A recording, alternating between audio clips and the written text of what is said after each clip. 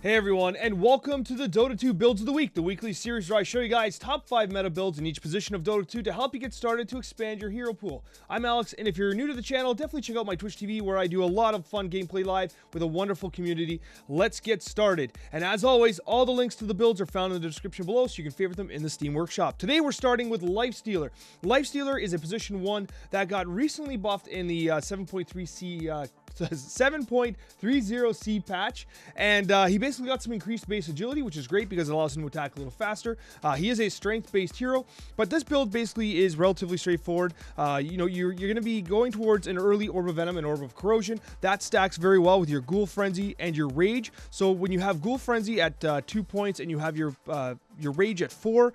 At level 4, you're a major kill threat. You should at least have an Oov by that point, and you'll be able to go on top of and stick onto a target very effectively. And you can see that his talents are very kind of moving towards, kind of locking down targets with additional move speed, more damage, and more slow.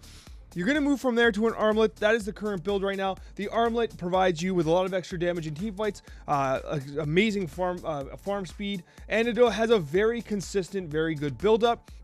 The other fantastic thing about Armlet is that your Feast counteracts its disadvantages of having kind of like constant health per second, and overall it's just a great item. You also have a choice of going Sanj and Yasha or something like a Heaven's Halberd. Either way, you want the status resistance and you want the health lifesteal amplification. You also want to go your Skull Basher, and you want to move towards an Abyssal Blade if you have the money. And finally, you're going to be finishing off with an Eye of Skadi, which borderline makes you unkillable. Fantastic. MKB is a fantastic item, recently got buffed, and if you're against elusive heroes like Wind Rangers or PAs, a very, very good item to basically get on top of someone and make sure they don't get away. Now, BKB can be used to stack with Rage so that you basically have extended periods of spell immunity. Nullifier does what Nullifier does, right? Get rid of status effects that might, invisibility and stuff like that might make, targets difficult. Can also be used instead of something like a MKB to deal with someone like a Wind Ranger. And finally, his Agnum Shard gives him his ability that allows him to basically slow enemy movement and heal those around him. Fantastic ability. Used to be one of his standard skills, but here we are. Lifestealer, a fantastic position 1 that recently got buffed in the latest patch. Now, I love what I'm going to show you here because it is a completely bizarro build for Shadow Fiend, and this is what I've been seeing Sumail trying in the pro scene, and it is awesome. It is so fantastic. It's a little different. Usually, you're going, Blink, Yules, and you're getting on top of guys and blowing them up. This is totally different than that, and I think that if you're new to Shadow Fiend and, you're new to Dota and you want to try a different type of mid-hero, this is a cool build. Basically, what you're doing here is you're actually focusing, as usual, on Shadow Rays and Necro Mastery because that is basically the build, the requirement. A lot of guys aren't taking the value point in Presence of the Dark Lord. It does have a good value at 4 at level 1, but regardless of that, because of the way mid works, you are better off focusing on these skills first. Ultimately, what you're doing is you're actually going your bottle into double Falcon Blade. That's right, double Falcon Blade. It's giving you damage, it's giving you mana regeneration, and additional health. All things that Shadow Fiend can use to basically murder people. You're going Treads here because you'll be right-clicking a lot, and Mask of Madness. Believe this, Mask of Madness into a Silver's Edge. Once you get your Shadow Blade, you're basically going to be going around, right? You're going to be hitting guys when they don't really expect it. Hit them with a Shadow Rays, pop your Mask of Madness, and basically just right-click till they explode. This is a right-click Shadow Fiend build. You build into your Silver's Edge, then you build your Agnum Shard, which is going to basically allow you to crit with your right-clicks, and you basically trade a soul for a right-click crit. It's insane on a 3-second cooldown. Basically, you're going to be critting guys like crazy with your shard, and then you're going to build into a Chrysalis Daedalus. Literally, you're invisible. You sneak up on a guy, you hit him with Shadow Razes, and then you just right-click him until he explodes. It's insane, and it's a lot of fun, and it's a really unique build, and unique to Shadow Fiend, of course, is that you can take, if you're right-clicking, you may as well take something like an MKB, which is a little off-screen there. You can even go something like a Butterfly, and of course, BKB, you definitely want to build BKB. If they have a lot of lockdown and they're causing a lot of problems for you, you want to go BKB as well. BKB probably even before your Daedalus, honestly. But overall, it's a really cool build. All the talents work really well with it. You get attack speed. You get to basically, take the armor of buildings down. You're doing additional damage per soul, and obviously the armor reduction even further. Negative armor and huge right-click damage and crits equals good game. It's a really neat build. let's move on to build number 3. Slardar is one of those heroes that's always on the cusp of greatness. He's always hovering around the meta, not quite taking it over, but always slightly relevant. And in patch 7.30C, he actually got an upgrade. He got a little bit of love. And so now what we're looking at some builds here that help him to kind of shine. Slardar is a man of two perspectives. You can often build him as a complete team fighter or as a right-clicker damage dealer with some team fight utility, and that's what this build is aiming for. You're starting with a lot of stats in lane. You go into double bracer for the tankiness. You want to be tanky. You want to survive. You want to do that extra damage. You're going to go to treads because you want, instead of phase boots, you're going treads here because you're going to utilize the speed of Guardian Sprint. And you want to right-click more often to kind of get those bashes off. You want to blink because blink, you need that blink utility. Echo Saber, although it got nerfed, still, you know, really valuable in someone like Slardar because Slardar is, you know, he disproportionately benefits from something like Echo Saber. So despite the nerf, the Echo Strike is very valuable on him because the way it pairs with Bash to the Deep is just truly fantastic. You're going to go with his Shard, which magnifies his Slithering Crush, which is great because it allows you to initiate and do more damage and kind of do more slows and stuff like that in an area of effect. And finally, BKB, because if he can be blown up. Slardar is not as tanky as people think.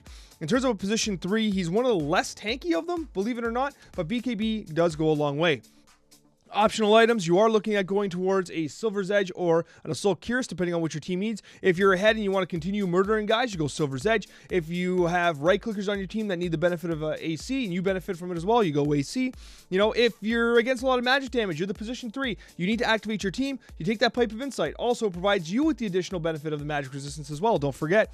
Halbert's fantastic against right-clicking oppositional carries. Lotus Orb, fantastic as well for the Dispel and for making sure you deal with, you know, spells. And his Ags is actually fantastic, you know, but the problem is it's also very expensive and sometimes you don't quite get to it. As a Slardar, you often want to, you know, build your core items, right-click guys to death, but at the same time, you do want to activate your team a little bit, so you often will prioritize something like a Pipe or an AC over something like an Ags or a Silver's Edge. But regardless, Slardar's back, and we're going to be seeing him live on my Twitch, so be sure to check that out, and let's move on to build number 4. In position 4 soft support, Treant Protector is making a comeback. His win rate is very high. It's hovering in the mid-50s, which is kind of uncharacteristic of this particular hero, and his build is actually really straightforward and beginner friendly. So if you're new to the game, this is great. You're gonna go Nature's Grasp 1, Leech Seed 2. This basically gives you a little bit of harass potential. It's mana intensive, but it gives you an ability to lock down a kill if you see potential for it. And you're gonna then go Living Armor. Living Armor is fantastic. It keeps your tower up, it keeps your allies up, it keeps your safe lane up. It's a truly global ability that is awesome. It is so damn good. You max it early. Some pros are even skipping Overgrowth at 6 to get the level 4 Living Armor first. Overgrowth is too good to skip at 6 for the most part for relatively new players, but anyways, take it at 6, finish Overgrowth, Living Armor at 7, and all the skills you're going to get, like, look, at level 10, you're getting more Living Armor heal, you're getting more Living Armor armor here, you're getting Nature's Grasp damage, and then finally, you won't get to 25, but if you do, you get the AoE. But overall, yes, you're going Meme Hammer, right? You're taking that Meme Hammer, and what you're gonna do is you're gonna utilize that tree line. You're gonna drop the channel from the Meme Hammer on top of the waves and the buildings. You are going to be an absolute menace to the opposing team, and that's what he's doing so well right now. Treant Protector gets in that tree line and takes objectives. He forces teams to rotate to him and have to, like, commit resources to dealing with them, or else he's going to take a lot of objectives. It's truly fantastic. Blink Dagger, because you want to blink with Overgrowth. It is a fantastic ultimate ability, and a lot of people, they forget it pierces spell immunity. Overgrowth pierces spell immunity, so if they have BKBs, you're still relevant. Blink in, root them into position, and let your team go to work, right? So Overgrowth and, you know, the Blink Dagger, a very good kind of build for Treant Protector 4. This can also be done on Treant Protector 5, but it's unlikely you get to some of these, like, more luxury items. Like with the Treant Protector 4, right, it is very, you know, Lotus Orb is a great item for Treant because it provides that basic dispel. It provides that, like, that reflection back to the caster, the shields, right? It's just a damn good item, and he will have the mana to kind of deal with it. But you know, a position 5 might not get to it. Solar Crest, another great item. You're not going to be right-clicking anybody, and with Solar Crest and your Living Armor, that is a lot of armor on a particular target, and, like, it can be very hard to do physical damage to a target with both the Solar Crest buff and the Living Armor buff on top of them. So if you put it on, like, a Sven or a main core, they're hard to right-click down. So a fantastic item there. The arcane boots, it's an option. I mean, I've been personally liking the idea of going tranquils over the arcanes, but arcanes still valuable. They recently got buffed in the latest patches, so they're still good if you want to go that route as well. And as always, right, the Force Staff into Ghost Scepter, always a good option for a support. Let's talk about position number 5, hard support. Despite receiving a few nerfs in the 7.30C patch, Bane still remains one of the top win rate position 5 supports at roughly about 55% across all levels. And the reason for this is very simple. First of all, he is incredibly efficient at simply trading all the way into the late game with regards to, well, I'm going to die, I'm a position 5. But guess what? With Fiend's Grip, I'm taking your core with me. Whether it's a position 1, 2, or 3, if it's a Storm Spirit who's going off, who's going to zip away and keep zipping away, don't worry, I got you, and the team's going to murder you after I Fiend's Grip you, okay? He is so damn efficient. There's very few moments in a game where trading your position 5 Bane for their core ever feels bad, and that is what's making Bane so damn effective. Not to mention that the buff to Nightmare, the pure damage being kind of applied, makes him incredible at laning, and it provides him with that sustain and that kind of presence he never had before. So Bane right now is in a really good spot. He's got great talents as well. If you're against a lot of right-clicking, you go armor. If you're against a lot of magic, you go magic resistance, right? Brain Sap and Nightmare cooldowns, perfect. And then you're never going to get to 25. But if you do, the Fiend's Grip duration, that's basically a free trade for whoever their primary core is. Beautiful. Bane is really, really solid right now. And if you're a new player, he has a very straightforward item progression as well. Arcane Boots, disassemble them into an Aether Lens. And then what you do is you go build your Tranquil Boots and the Glimmer because he has no escape, of course. And then what you're going to do is you got your choices, right? Force Staff. Yeah, Force Staff's always good for support. Ghost Scepter for being right-clicked on, and his Aghanims is very effective as well. At the end of the day, Bane is just a damn good hero right now. And despite the nerfs, he's still top tier at position 5. Thank you guys so much for watching, and a very special thank you to all of our wonderful subscribers. If you have any questions, let me know in the comments down below, and we'll see you online in Dota 2.